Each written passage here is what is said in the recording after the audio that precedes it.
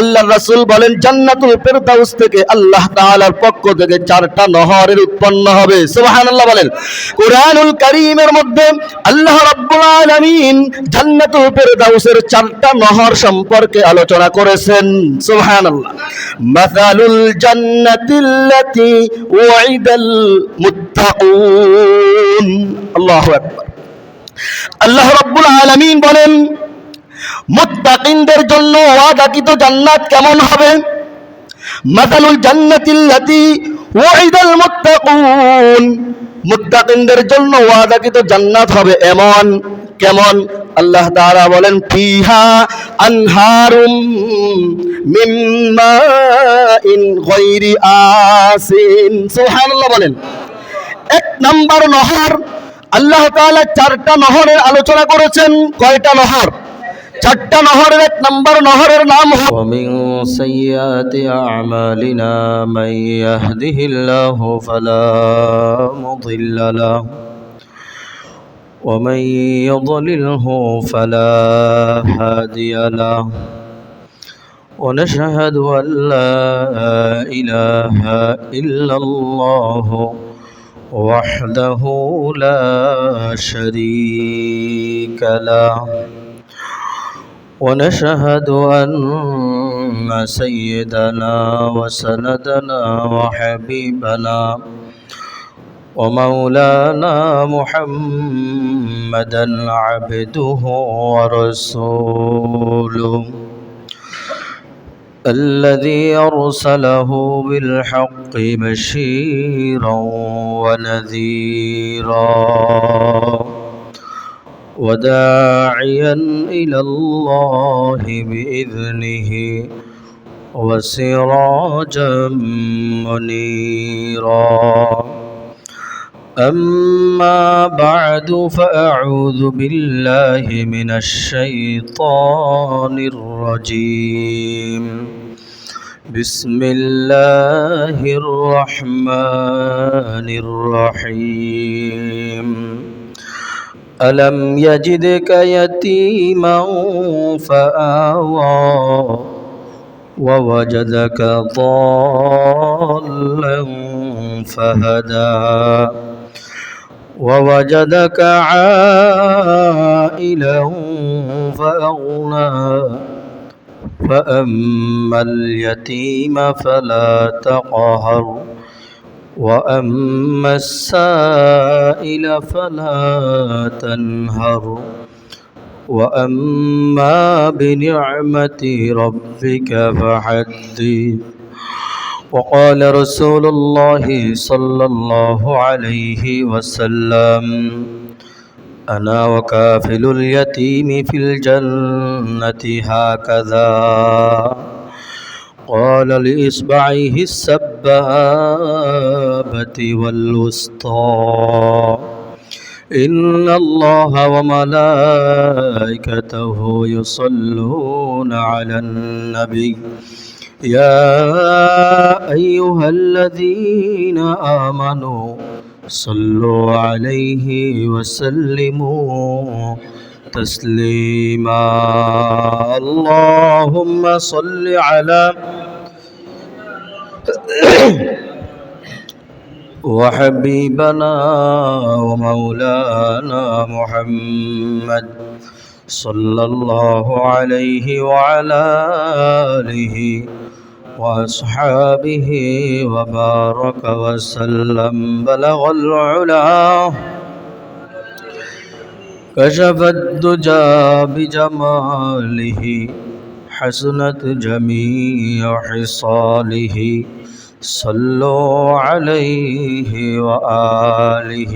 لا إله إلا الله لا إله إلا الله لا إله إلا الله لا إله إلا الله لا إله إلا الله لا إله إلا الله মুহাম্মাদুর রাসূলুল্লাহ সাল্লাল্লাহু আলাইহি। মুহতারাম হাজিরিন, আল্লাহ রব্বুল আলামিনের দরবারে লাখ কোটি শুকর, যে মহান রব্বুল আলামিন আমাদেরকে দুনিয়াবি বিভিন্ন ধরনের জামিলা থেকে পৃথক করে আল্লাহর ঘরে মসজিদে জুমার নামাজ আদায় করার উদ্দেশ্যে আসার বসার দান তৌফিক দান করেছেন। এজন্য শুকরিয়া আদায় করি আলহামদুলিল্লাহ। দুনিয়ার জমিনের মধ্যে আল্লাহ রব্বুল আলামিন যত মানুষকে সৃষ্টি করেছেন, প্রত্যেক মানুষ শান্তি চায়, সফলতা চায়। চায় কি চায় না? শুধু মুসলমান শান্তি চায় তা নয়, বরং ধর্ম বর্ণ নির্বিশেষে সকলেই দুনিয়ার সফলতা চায়, সকলেই শান্তি চায়। আমরা অনেক সময় মনে করি যার ধন দৌলত টাকা পয়সা আছে তার অনেক শান্তি আছে, আর যার টাকা পয়সা নাই সে অনেক কষ্টে আছে। আসলে এ ধারণা ভুল ধারণা। এ ধারণা কি ধারণা? অনেক সময় দেখা যায় টাকা পয়সার কোনো অভাব নাই, কোটি কোটি টাকার মালিক, কত টাকার মালিক সে নিজেও জানে না, কিন্তু রাতে ঘুমাইতে পারে না ঘুমের ঔষধ ছাড়া। আছে না নাই? অনেক সময় দেখা যায় অনেক রকমের জায়গা জমি নিয়ে আছে, বিরাট বাড়ি, বিরাট বিল্ডিং, ভালো খাবার খাইতে পারে না, গোস্ত খাইতে পারে না, মাছ খাইতে পারে না, আরো অনেকগুলো যেগুলো প্রসিদ্ধ ভালো ভালো মানের খাবার এগুলো খাইতে পারে না। জিজ্ঞাসা করা হলে বলবে ডাক্তার নিষেধ করেছে। আছে না নাই? তাহলে টাকা পয়সার মধ্যে সফলতা নাই, দান দৌলত বাড়ি গাড়ির মধ্যে কি নাই? সফলতা নাই। আসলে সফল কারা? কেউ যদি দুনিয়ার সফলতার আশা করে দুনিয়াতে জীবন যাপন করে তাহলে সে দুনিয়াও হারাইবে, আখিরাতও হারাইবে। দুনিয়ার সফলতা বলতে কি? যেমন হালাল হারাম না বেছে টাকা পয়সা উপার্জন করার চিন্তা করা, কিভাবে বাড়ি বানাইবে, কিভাবে গাড়ি কিনবে, কিভাবে অনেক টাকা পয়সার মালিক হবে, এই চিন্তা নিয়ে যারা হালাল হারাম না বেছে টাকা পয়সা উপার্জন নিয়ে ব্যস্ত, তাদের এই টাকা পয়সার মাধ্যমে ধন দৌলত সম্পদ হবে, কিন্তু এই সম্পদ তাকে সফলতা দিবে না, এই সম্পদ তার শান্তি আনবে না, বরং এই সম্পদের কারণেই সেই অশান্তিতে রাখতে হবে। ঠিক কিনা? এজন্য টাকা পয়সার মালিক হলেই সফলতা অর্জন করা যায় না, ধন সম্পদ থাকলেই সফলতা অর্জন করা যায় না। আল্লাহ রাব্বুল আলামিন সফল ব্যক্তিদের প্রসঙ্গে কোরআনুল কারীমের মধ্যে আলোচনা করেছেন। কারা সফল? এই জমিনের সময় হলো ক্ষণস্থায়ী সময়। ক্ষণস্থায়ী নাকি চিরস্থায়ী? আপনারা কথা বলবেন ইনশাআল্লাহ, কথা বললে আলোচনা করতে ভালো লাগবে। এই জমিনের সময় ক্ষণস্থায়ী না চিরস্থায়ী? ক্ষণস্থায়ী, সীমিত সময়। চিরস্থায়ী হলো কোথায়? আখিরাতে। তাহলে দুনিয়ার ক্ষণস্থায়ী সময়ের মধ্যে যারা সফল হতে চায় তারা সফল হতে পারবে না, বরং ব্যর্থ হবে। আর যারা চিরস্থায়ীর সফলের জন্য জমিনের মধ্যে চলাফেরা করবে, তার কাজটা ভালো না খারাপ, তার এই কাজের কারণে সে জান্নাতি হবে না জাহান্নামী হবে, এই বিষয়গুলা যাচাই বাছাই করে যারা জমিনের মধ্যে জীবন যাপন করবে তারা পরকালেও সফল হবে, দুনিয়াতেও সফলতা আল্লাহ তাআলা দান করবেন। সুবহানাল্লাহ।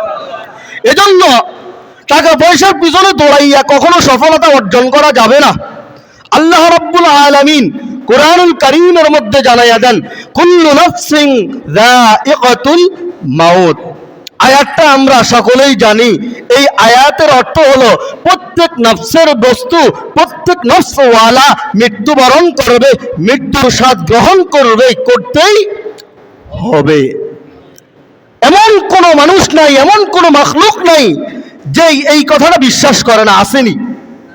হিন্দু বলেন, বৌদ্ধ বলেন, যারা আল্লাহকেই বিশ্বাস করে না, নাউযুবিল্লাহ, তারাও এই কথার উপরে ঈমান রাখে, এই কথার উপরে বিশ্বাস রাখে একদিন আমাকে মৃত্যুবরণ করতেই হবে। আল্লাহ আল্লাহ রাব্বুল আলামিন বলেন ওয়া ইন্নামা তুওয়াফাউনা উজুরাকুম ইয়াওমাল কিয়ামা, মৃত্যুবরণ করার পরেই শেষ না।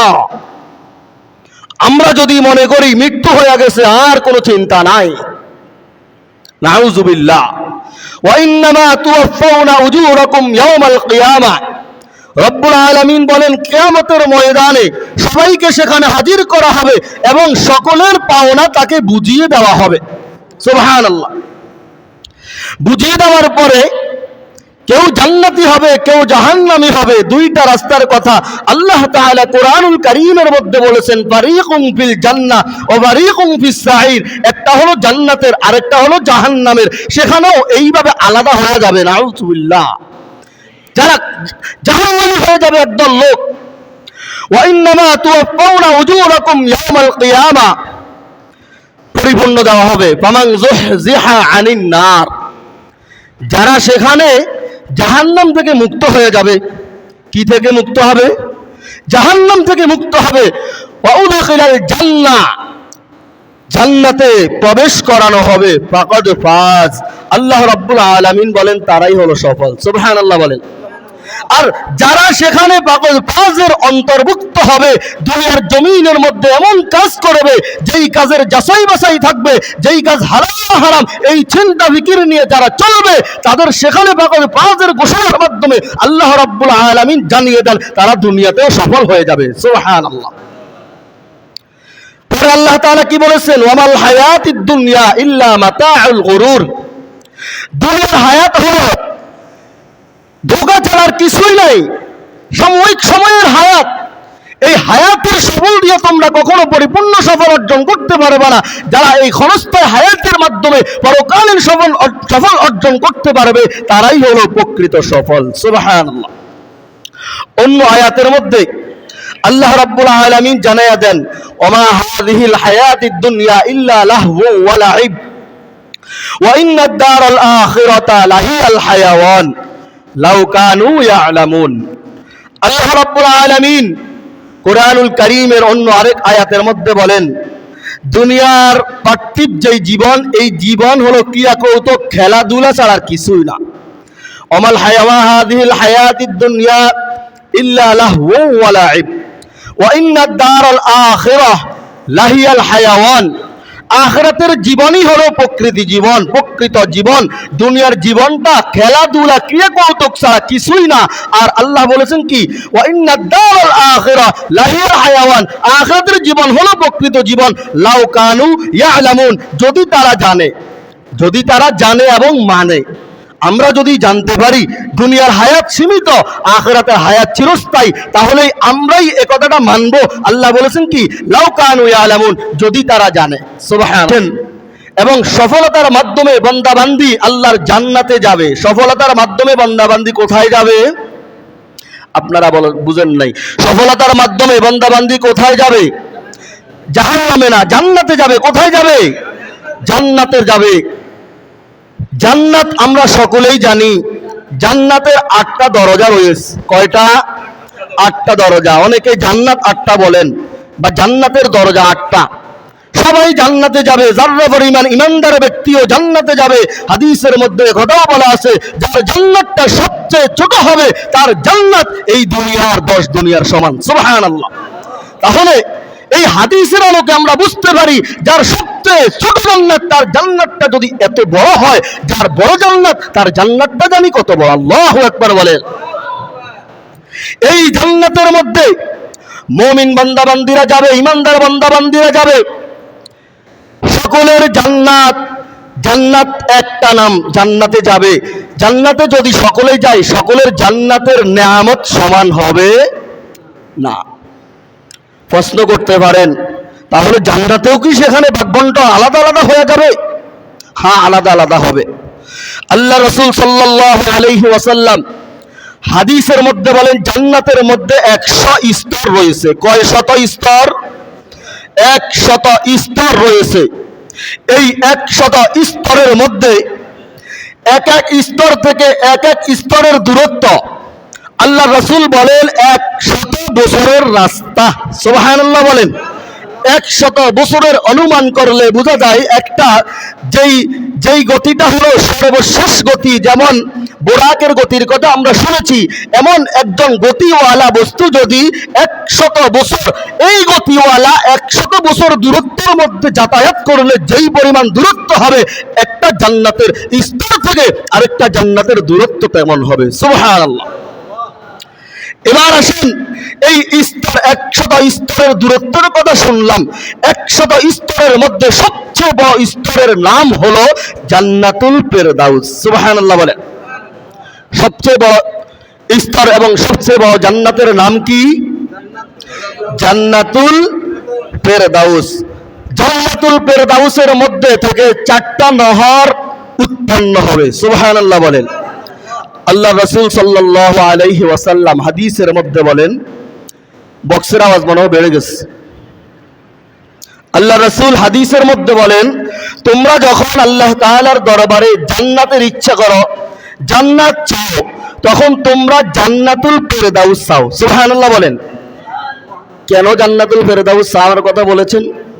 আমরা যখনই বলি আল্লাহ তোমার অমুক বান্দাকে তুমি জান্নাত দান করো, আল্লাহ তুমি আমাদের সবার গুনাহ মাফ করো, আমাদের সবাইকে জান্নাতি মেহমান হিসাবে কবুল করো, এই জান্নাত জান্নাত বলতে বলতে আমরা সব সময় জান্নাতুল ফেরদাউস বলি। সুবহানাল্লাহ বলেন। আল্লাহ রাসূল সাল্লাল্লাহু আলাইহি ওয়াসাল্লাম বলেন, যখন তোমরা জান্নাত চাইবা তখন তোমরা আল্লাহ তাআলার দরবারে জান্নাতুল ফেরদাউসের দোয়া করো। সাহাবায়ে কেরাম জিজ্ঞাসা করলেন, এতগুলো জান্নাত, তাহলে কেন জান্নাতুল ফেরদাউসের জন্য দোয়া করব? অন্য জান্নাতে কি শান্তি হবে না? আল্লাহ রাসূল তখন নাজ নেয়ামত প্রসঙ্গে বিস্তারিত আলোচনা করলেন। আল্লাহ রাসূল বলেন, জান্নাতুল ফেরদাউস থেকে আল্লাহ তাআলার পক্ষ থেকে 4টা নহরের উৎপন্ন হবে। সুবহানাল্লাহ বলেন। কুরআনুল কারীমের মধ্যে আল্লাহ রাব্বুল আলামিন জান্নাতুল ফেরদাউসের 4টা নহর সম্পর্কে আলোচনা করেছেন। সুবহানাল্লাহ। মাসালুল জান্নাতিল্লাতী ওয়াইদাল মুত্তাকুন। আল্লাহু আকবার। আল্লাহ রাব্বুল আলামিন বলেন, মুত্তাকিনদের জন্য ওয়াদাকৃত জান্নাত কেমন হবে? মাসালুল জান্নাতিল্লাতী ওয়াইদাল মুত্তাকুন। মুত্তাকিনদের জন্য ওয়াদাকৃত জান্নাত হবে এমন, কেমন? আল্লাহ তাআলা বলেন, ফিহা আনহারুম মিন মাইন গায়রি আসিন। সুবহানাল্লাহ বলেন। 1 নাম্বার নহর, আল্লাহ তাআলা 4টা নহরের আলোচনা করেছেন। কয়টা নহর?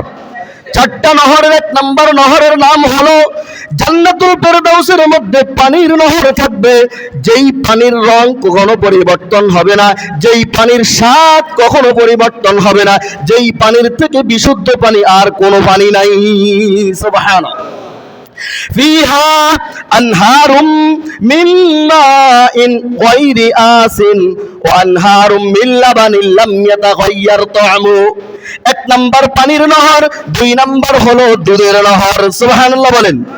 আল্লাহ রাব্বুল আলামিন জানায়া দেন, জান্নাতুল ফেরদাউসের মধ্যে 2 নাম্বার যেই নহর থাকবে, ওয়া আনহারুম মিন লাবানিন লাম ইয়াতাগায়্যার তা'মু, সেটা হলো দুধের নহর, যার স্বাদ কখনোই পরিবর্তন হবে না। সুবহানাল্লাহ।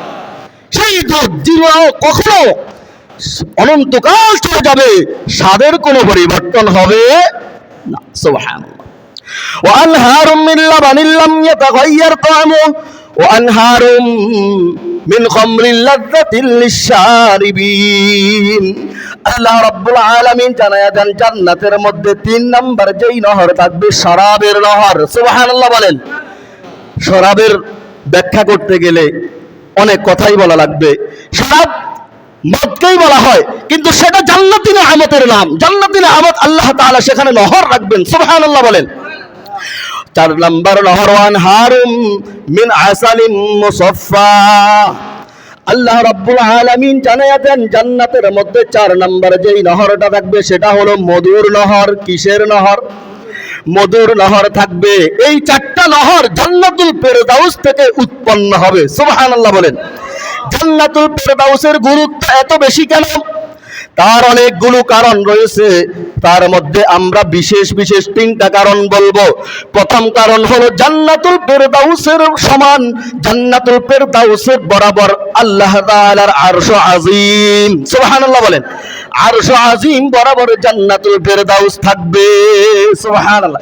যেই জান্নাতি নাজ নেয়ামত থেকে শুরু করে যেই জান্নাতের আরামায়েশের দৃশ্যগুলো সব আল্লাহ রাব্বুল আলামিন আরশ আজিম থেকে সরাসরি দেখবেন, সুবহানাল্লাহ। গুরুত্বের 1 নম্বর কারণ। 2 নম্বর গুরুত্বের কারণ হলো জান্নাতুল ফেরদাউস থেকে 4টা নহর উৎপন্ন হবে, যেই উৎপন্নগুলো আর কোনো জান্নাতের স্তর থেকে হবে না, সুবহানাল্লাহ। 3 নম্বর গুরুত্বের কারণ হলো আল্লাহ রাব্বুল আলামিন দুনিয়ার জমিনের মধ্যে অসংখ্য অগণিত নবীকে প্রেরণ করেছেন। আল্লাহ তাআলার সমস্ত নবী জান্নাতুল ফেরদাউসের মধ্যে অবস্থান করবে, সুবহানাল্লাহ বলেন। শুধু তাই নয়, সমস্ত নবীদের সরদার হিসাবে আমাদের নবী সরকার আলম জনাবে মুহাম্মদুর রাসূলুল্লাহ সাল্লাল্লাহু আলাইহি ওয়াসাল্লাম জান্নাতুল ফেরদাউসের মধ্যে সকল নবীদের সরদারের দায়িত্ব পালন করবেন, সুবহানাল্লাহ। এত জান্নাতুল ফেরদাউসের গুরুত্বের কারণ। আমরা কি জান্নাতুল ফেরদাউসে যাইতে চাই নাকি না চাই? আমরা সবাই কি জান্নাতুল ফেরদাউসে যাইতে চাই? যদি যাইতে চাই তাহলে আমাদের কি কিছু কাজ করা লাগবে নি? আল্লাহ রাসূল বলেন, যারা আমাকে ঈমানের সাথে সরাসরি দেখছে তারা আমি নবীর সাথে জান্নাতুল ফেরদাউসে থাকবে, সুবহানাল্লাহ। প্রশ্ন করতে পারেন, তাহলে আল্লাহর রাসূলকে সরাসরি কারা দেখেছে? সাহাবায়ে কেরাম আল্লাহর রাসূলকে সরাসরি দেখেছে। আমরা কি সরাসরি আল্লাহর রাসূল? জান্নাতুল ফেরদাউসের কথা আমরা আলোচনা করছিলাম। জান্নাতুল ফেরদাউস, আল্লাহ রাসূল বলেন জান্নাতুল ফেরদাউসের মধ্যে তারাই থাকবে যারা ঈমানের সাথে আমাকে দেখেছে, সুবহানাল্লাহ বলেন। তাহলে আমরা কেউ আল্লাহ রাসূলকে দেখি নাই, তাহলে আমরা কি জান্নাতুল ফেরদাউস থেকে মাহরুম হব? না, আমরা আল্লাহর রাসূলকে দেখার সুযোগ রয়েছে। সেটা হলো স্বপ্নের মাধ্যমে। কিসের মাধ্যমে? স্বপ্নের মাধ্যমে। আল্লাহর রাসূল হাদিসের মধ্যে বলেন, মার রাআনি ফাকাদ আল হক, যেই ব্যক্তি স্বপ্নের মাধ্যমে আমাকে দেখেছে সে সত্য কথাই বলেছে, সুবহানাল্লাহ। আল্লাহর রাসূলকে স্বপ্ন দেখার জন্য অনেকগুলো আমল রয়েছে। আজকে আমরা সব আমলের কথা বলতে পারবো না, তবে গুরুত্বপূর্ণ যে আমলের কথা আজকে আমরা আলোচনা করব, আল্লাহ রাব্বুল আলামিন কুরআনুল কারীমের মাধ্যমে জানায়া দেন, যারা জমিনের মধ্যে এতিমকে লালন পালন করবে, এতিমের অভিভাবকের দায়িত্ব পালন করবে, তারাই আল্লাহর রাসূলের সঙ্গে জান্নাতুল ফেরদাউসে থাকবে, সুবহানাল্লাহ। আল্লাহ রাব্বুল আলামিন দুনিয়ার জমিনের মধ্যে অসংখ্য নবীকে প্রেরণ করেছেন। প্রত্যেক নবী তাদের যুগের এতিমের দায়িত্বভার গ্রহণ করেছেন, সুবহানাল্লাহ বলেন। প্রত্যেক নবী কেন? জান্নাতুল ফেরদাউসে থাকতে পারবে এতিমের দায়িত্ব গ্রহণ করলে। শুধু তাই নয়, আল্লাহ রাব্বুল আলামিন আল্লাহ রাসূল সাল্লাল্লাহু আলাইহি ওয়াসাল্লামকে যখন দুনিয়াতে প্রেরণ করেছেন এতিম হিসাবেই প্রেরণ করেছেন। আল্লাহ রাসূল দুনিয়াতে যখন এসেছেন তখন আল্লাহ রাসূলের আব্বা ছিল। এর আগেই আল্লাহ রাসূলের আব্বাকে আল্লাহ তাআলা নিয়ে গেছেন এতিমের মর্যাদা দেওয়ার জন্য, সুবহানাল্লাহ বলেন। এজন্য আল্লাহ তাআলা বলেছেন যারা এতিমের দায়িত্বভার গ্রহণ করবে তারাই জান্নাতুল ফেরদাউসে যাইতে পারবে, সুবহানাল্লাহ। আল্লাহ তাআলার অসংখ্য নবী সবাই নিজ নিজ এতিমের দায়িত্বভার গ্রহণ করেছেন। শুধু তাই নয়, এতিমের দায়িত্বভার গ্রহণ করার জন্য প্রতিযোগিতা করেছেন, সুবহানাল্লাহ বলেন। এক প্রতিযোগিতার কথাই আমরা বলি, সময় শেষ হয়ে যাবে। আল্লাহ রাব্বুল আলামিনের একজন নবী, নাম হলো পয়গম্বর ঈসা আলাইহিস সালাম। নবীর নাম কি? নবীর নাম কি? ঈসা আলাইহিস সালামের আব্বা দুনিয়াতে ছিল না। ঈসা আলাইহিস সালামের কি আব্বা ছিল? ঈসা আলাইহিস সালামের আম্মার নাম হলো মারিয়াম। আম্মার নাম কি? মারিয়াম আলাইহিস সালাম। যখন তার আম্মার পেটের মধ্যে আসছিল তখন তিনি নিয়ত করেছেন, ওয়াদাকৃত হয়েছেন, শপথ করেছেন, আমার গর্ভের মধ্যে যেই সন্তান ভূমিষ্ঠ হবে ওই সন্তানকে আমি আল্লাহর জন্য দান করব। সুবহানাল্লাহ বলেন। অনেক লম্বা ইতিহাস। সন্তান ভূমিষ্ঠ হওয়ার পরে দেখেছে সন্তান মেয়ে সন্তান। এখন কি করবে? ওয়াদা যেহেতু করেই ফেলেছে, মান্নত যেহেতু করেই ফেলেছে, সকলের মতামতের মধ্য দিয়ে তিনি কি করেছেন? সেই জেরুজালেম বাইতুল মাকদাস মসজিদের মধ্যে রেখে চলে আসছেন। এখন এই সন্তান এতিম অবস্থা হয়ে গেছে। এই সন্তানের দায়িত্ব কে নিবে? সকলেই এই সন্তানের দায়িত্বভার নেওয়ার জন্য আসছে এবং ছুটাছুটি করছে, কে নিবে কে নিবে। তাদের মধ্যে তৎকালীন সময়ের একজন পয়গম্বর জাকারিয়া আলাইহিস সালাম। নবীর নাম কি? জাকারিয়া আলাইহিস সালাম দিস্তায় সম্পর্কে মারিয়াম আলাইহিমাস সালামের খালু ছিলেন। তিনি সকলের মাঝে এসে বলেছেন, আমার দায়িত্বভার গ্রহণ করার অগ্রাধিকার বেশি, আমি তার দিস্তায় সম্পর্কে খালু হই। তখন তারা সকলেই, অনেক সময় লাগবে, বিস্তারিত বলা যাবে না, সকলেই একটা বিষয় সমবেত হয়েছিলেন, তার দায়িত্বভার কে গ্রহণ করবে। প্রতিযোগিতা লটারির মাধ্যমে। কিভাবে লটারি ধরবেন? হাদিসের মধ্যে আল্লাহর রাসূল জানায়া দেন, তাদের সকলেই একটা বিষয়ে সমাধান হয়েছিল। সমাধানটা কিভাবে হয়েছে? সকলেই পানির মধ্যে কলম পালাইবে, যার কলমটা ভাসবে সেই মারিয়াম আলাইহিমাস সালামের দায়িত্বভার গ্রহণ করবে। সুবহানাল্লাহ বলেন। সকলেই প্রতিযোগিতায় অংশগ্রহণ করে পানির মধ্যে কলম পালায়। আল্লাহ তাআলার কুদরত, জাকারিয়া আলাইহিস সালামের কলমটা ভেসে যায়। সুবহানাল্লাহ। এবার আল্লাহ তাআলার হুকুম ছিল এখানে।